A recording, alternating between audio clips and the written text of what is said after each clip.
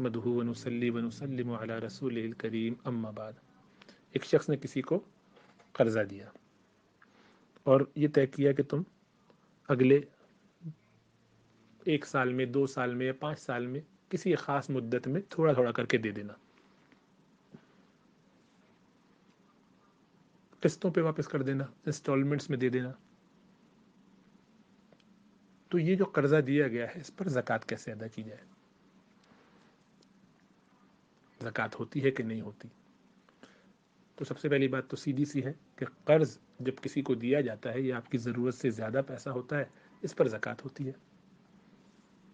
اس لیے کہ یہ آپ کی سیونگ ہے۔ زائدہ ضرورت ہی ہوتی ہے نا، جبھی تو دیتے ہیں کسی کو، تو اس پر تو زکوٰۃ ہونی چاہیے۔ تو اب وہ سیونگ آپ کے پاس پڑی ہے کہیں اور پڑی ہے، لیکن کیونکہ جس وقت وہ آپ کے پاس نہیں ہے اور آپ اس وقت زکوٰۃ نہیں دیتے، بعد میں دیں گے کیونکہ پتہ نہیں واپس کرے گا بھی کہ نہیں، کر پائے گا کہ نہیں، شاید آپ معاف کر دیں، ارادے بدل جائے، یا خدا نخواستہ کوئی ایسا حادثہ ہو جائے کہ واپس نہ ملے، یا خدا نخواستہ وہ مکر جائے، دھوکہ دے دے، کچھ بھی ہو سکتا ہے نا۔ تو اگر نہیں ملا تو ظاہر بات اس پر زکوٰۃ تو اسی وقت ہونی چاہیے تھی جب وہ آپ کے پاس ہوتا۔ تو ایک تو یہ ہے کہ جب وہ واپس ملے گا تو ہم زکوٰۃ دیں گے، لیکن ہر مہینے ہمیں تھوڑا تھوڑا سا واپس بھی مل رہا ہے، تو زکوٰۃ تو ہم کو دینی، یہ بات ہم ذہن میں رکھ چکے ہیں کہ اس پر زکوٰۃ ہے۔ لیکن یہ الگ مسئلہ ہے کہ کیا ہمیں ہر سال پہلے سے دے لینی چاہیے اگرچہ وہ ہمیں نہ ملی ہو، یا ساری جب ایک ساتھ مل جائے گی جب دیکھا جائے گا؟ یہ تھوڑا سا اس میں کمپلیکسٹی ہے، یعنی سمجھنے میں، لیکن مشکل بات نہیں ہے۔ تو اصل تو حال یہ ہے کہ آپ کی ملکیت میں زکوٰۃ والی تاریخ کو، مثلا یکم رمضان، پہلی رمضان آپ کی زکوٰۃ کی تاریخ ہے، اس دن آپ کے پاس جو سیونگ ہے، جو ضرورت سے زیادہ پیسہ ہے، اس پر آپ کو زکوٰۃ دینی ہے، خواہ وہ آپ کے قبضے میں پوری طرح سے ہو یا کسی اور کے پاس قرض کی شکل میں ہو، لیکن ہے وہ آپ کا ہی مال۔ اب اس میں تھوڑی اور تفصیل ہے کہ کس طرح کے قرض ہے، وہ سب چھوڑ دیجیے، بس اتنا کہ جو ابھی ہمارا عام لوگوں کا معاملہ ہے، کسی کو ہم نے دیا ہے پیسہ، اپنے بھائی کو، رشتہ دار، دوست کو، تو یہ پیسہ تو ظاہری بات ہے ہمیں معلوم ہے، یقین تو نہیں کہہ سکتے لیکن گمان غالب ہے کہ مل جائے گا، تو وہ یہ ہمارا پیسہ ہے 2 سال بعد واپس مل رہا ہے، ڈیل یہ ہے، لکھ لی گئی ہے سنت کے مطابق، قرآن کے حکم کے مطابق، جو اچھا طریقہ کرنا چاہیے۔ ہمارے میسج میں بہت کوتاہی کرتے ہیں لوگ اور پھر بعد میں روتے ہیں، تو ظاہری بات ہے رونا ہی چاہیے، شریعت کا حکم نہیں مانیں گے تو۔ ہمارے ایک بڑا کلچر ہے نا کہ نہیں ایسا نہیں کرنا چاہیے، اس سے بڑا دل ٹوٹتا ہے، اپنوں کو کیا ایسا کریں، آپس میں لکھا پڑھی کریں، بھائی سے کریں، ایسا کریں گے اللہ کا حکم توڑیں گے تو جوتے ہی پڑنے چاہیے، شریعت کے خلاف کریں گے کام تو نقصان تو ہونا چاہیے نا۔ جوتے سے مراد یہ کہ اللہ میاں پیار سے ہمیں اچھا اچھا کر کے یہاں سے صاف ستھرا کر کے لے جاتے ہیں، تو پھر ہم روتے ہیں، پریشان ہوتے، توبہ استغفار کرتے ہیں، سبق سیکھ لیتے ہیں، آئندہ بہتر ہو جاتے ہیں۔ کانسیپٹ ہے نا کہ لرن کرتے ہیں اپنی مسٹیک سے۔ بہرحال تو یہ اللہ اس طرح کی چیزوں سے ہماری اصلاح کرتے رہتے ہیں ساتھ ساتھ، کہ سبق سیکھو، ہر چیز اسپون فیڈ تھوڑی کی جاتی ہے۔ بہرحال اب یہ چلے، ان کو یہ قرض طے ہو گیا، 2 سال میں 12 لاکھ روپے ملیں گے، ہر 6 مہینے پہ، ہر مہینے 6 یعنی 50,000 ملیں گے، ہے نا؟ ایسی کوئی ترتیب بنا لیں جو بھی ہے۔ تو ذہن دوبارہ کر لیتا ہوں کلیئر کہ کتنا ہے، گویا 12 لاکھ ہے، 2 سال میں دینا ہے روپے، ہر مہینے 50,000 دیے جائیں گے۔ تو آپ کی 2 لاکھ کی اس وقت یہ سیونگ ہے، جس پر آپ کو باقی سیونگ وغیرہ کو ابھی سائڈ میں کر لیجئے۔ رمضان کی مثلا پہلی تاریخ کو زکوٰۃ دینی تھی، جو آپ دے چکے تھے، ختم ہو گیا، اب جو اضافی پیسہ تھا آپ نے اس کے بعد مثال کے طور پہ ابھی جو پیسے بچے ہوئے تھے اس میں سے 12 لاکھ روپے اپنے اس دوست کو دے دیے، جو آپ کو ہر مہینے 50,000 روپے ادا کرے گا، یا جو بھی کرے گا، 50,000 ہمارا طے ہو گیا۔ تو 50,000 تو پہلے مہینے آ گئے، جو آپ کے پاس آ گئے، کوئی ٹینشن ہی نہیں ہے، یہ تو جو آتے جائیں آتے جائیں آتے جائیں، اگلے سال رمضان، پہلی رمضان تک اس سے کوئی کنسرن ہی نہیں ہے کہ وہ آپ کے پاس، آپ کے بینک میں، نیٹ میں، سب میں ایڈ ہو جائے گا، وہ آیا کھایا، اس کا کوئی الگ حساب کتاب ہی نہیں ہے۔ الگ حساب کتاب نہیں ہوتا، یہ سب چیزیں ایک ہی پول ہوتی ہیں، بھلے آپ اس کو کسی بھی نام سے رکھیں، گولڈ کی شکل میں آپ کی ذاتی اگر گولڈ ہے، بیگم کی نہیں ہے، یا ادھر رکھا ہے ادھر رکھا ہے، کسی بھی فارم میں ہو،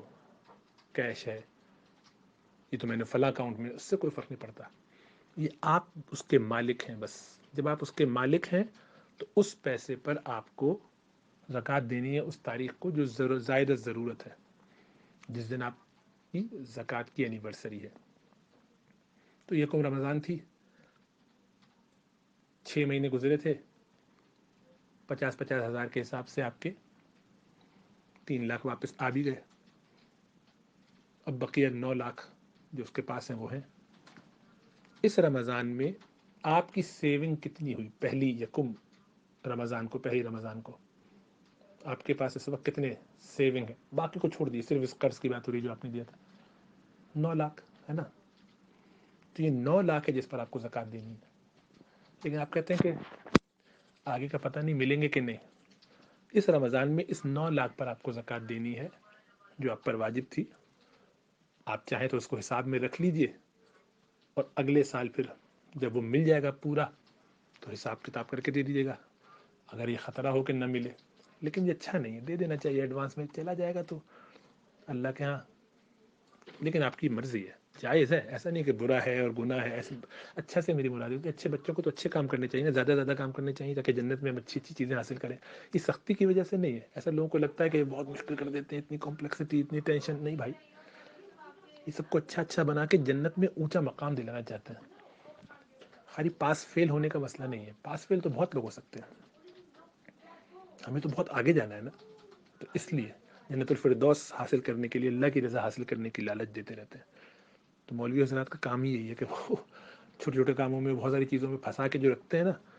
وہ بدنیتی سے نہیں کرتے، ایسا لگتا ہے کہ جکڑ دیا ہے، جکڑتے نہیں ہیں،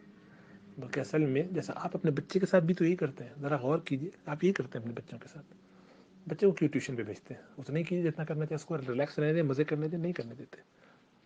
بہرحال تو تفصیل کہیں اور چلی گئی۔ تو اب آپ کے پاس یہ جو آ گیا پیسہ، 9 لاکھ ابھی آپ کے دوست یا بھائی کے پاس ہے، اس پر آپ کو زکوٰۃ دینی ہے، اس پر آپ زکوٰۃ دے دیجیے۔ اگلا سال پھر رمضان کا آیا، مزید سال بھر میں اس نے کتنے دے دیے؟ 6 اور دے دیے، تو 6 آپ کے بینک میں اکاؤنٹ میں آ گیا، آپ کو پہلے سے زکوٰۃ دے دینی تھی، اس میں کوئی مسئلہ ہی نہیں ہوا، وہ ٹوٹل میں ایڈ ہو ہی چکا ہے جتنا بھی بنتا ہو۔